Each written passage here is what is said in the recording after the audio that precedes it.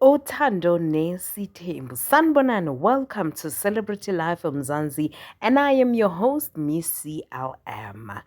Guys, on the latest episode of Uthando Nesithembu, we saw Ubaba Mseleku going kaMangwabe ayokhuluma naye ngoba wayengathandanga into yokuthi uMangwabe asukume ahambe ngalesikhathi bakuyi-family trip yabo. Bafika laphana uMangwabe uyasho ukuthi hayi bo phela mina bekumele ukuthi kusasa ngihambe ngiye emsebenzini ekuseni, so ngibone kahle ukuthi mangihambe kusase early ngoba vele angiphathwanga nangendlala, so thini ngishiyeke. Hayi wasuma kanjalo uMsamselo kwathi hayi mina bengicanga ukuthi ikhona inkinga.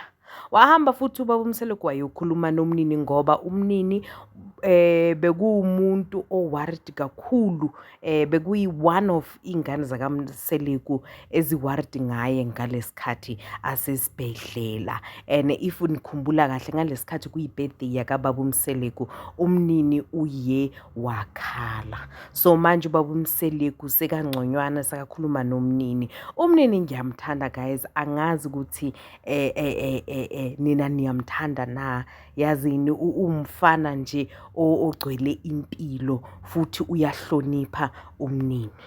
Hayi ke bayakhuluma nomnini, baba sebaqedile bayahagana kuba mnandi. Right guys, ningakhohlwa ukusubscribe, of course, nokungilandela, ni-like nama-video, ningitshele nokuthi nani nizizwa kanjani. Okay ke nasesibona manje ke na ubaba uMseleku sekahleli noMacele, right, umamkhulu, ukuze kahle kahle inkulumo yabo bebakhuluma ngestand. uMacele ufuna indlu kodwa uthi yena unestand. Kusho ukuthi manje yena sekafuna ukuzicalela indlu yakhe azakhele yona from the start. Hayi lezi ndlu lezi esithengwayo, ama-bond houses. Okay, sekayahamba laphayana nobaba uMseleku, bayahamba bayobheka leso stand leso.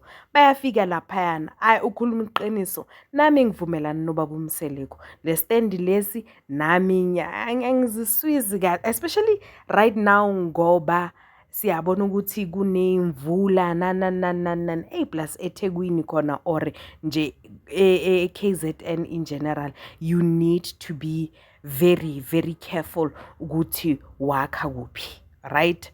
So manje laphana ubaba uMseleku uyasho ukuthi hayi man, le ndawo le uyikhethile, especially le yakho le mama, ngathi angeke kuze kulunge ngempela, ukukhuluma iqiniso nje ngoba nje angithandisisi kahle.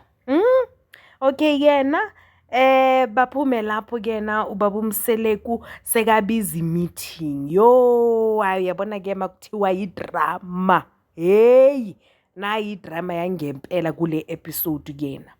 Nangu ubaba uMseleku sekabiza uSneh, abize noMangwabe, abize noMakhumalo, noMpilo, ngoba vele labantu laba abazwani. Thingithi uSneh, uzwa ngithi uSneh akazwani noMangwabe, noMpilo, noMakhumalo. So manje lento lena ayimphathi kahle ubaba uMseleku, especially njengoba agula kanje, ufuna ukuthi izinto zakhe mazibe right. uSneh akayithandi lento lokuthi ubabakhe azange amtshela ukuthi umbizele ukuze azokhuluma ngale ndaba yabo yakungazwani yena nalamakhosikazi wakhe. Hayibo wasukuma uSneh wahamba wathi hawu ngeke baba, ngabe ungitshela ukuthi ungibizela lo msangano, phela umsangano lo ngibizela wona angeke izilunge indaba yami nalamakhosikazi wakho. Hayibo Sneh, hayi wasukuma ngempela. uMangwabe wathi you know what ne, dala ngithulile for isikhathi eside, khona manje ngifila ngathi this is the only chance where I need to confront uSneh ngoba uye wahamba wayokhuluma kabi ngathi kuma-podcast, and ngahlala noSneh for 1 year. uSneh ngalesikhathi angena kudla yimbi ngimthengele ukudla, so angi-understand uSneh makazongiphatha njengoba uMangwabe wayekwatile uMangwabe uSne uye wamtshela wathi uzungibambe uzungishaye nje the way uMangwabe wayekwate ngakhona wonke umuntu wayethukile noMpilo waze washo wathi yazini kuyo yonke into bengisaba nje ukuthi uMangwabe angashayi uSne. Kodwa kuyena uMangwabe wavela wamconfronta wamtshela ukuthi wena uwe wayicala yonke lento lena uhleli nami for a whole year uhlala nami, a whole year kungena muntu ofuna ukuhlala nawe. Ngalesikhathi uhamba uyomithela indoda lengaphandle yimi futhi ngaphinde ngakuthengela ukudla ungena kudla. Namhlanje wena sowuzokhuluma nge-role kuma podcast. I-role, what was i-role lakimi? Ngakhalela i-role mina. Uyahlanya yini Sne? You into beyilaphayana.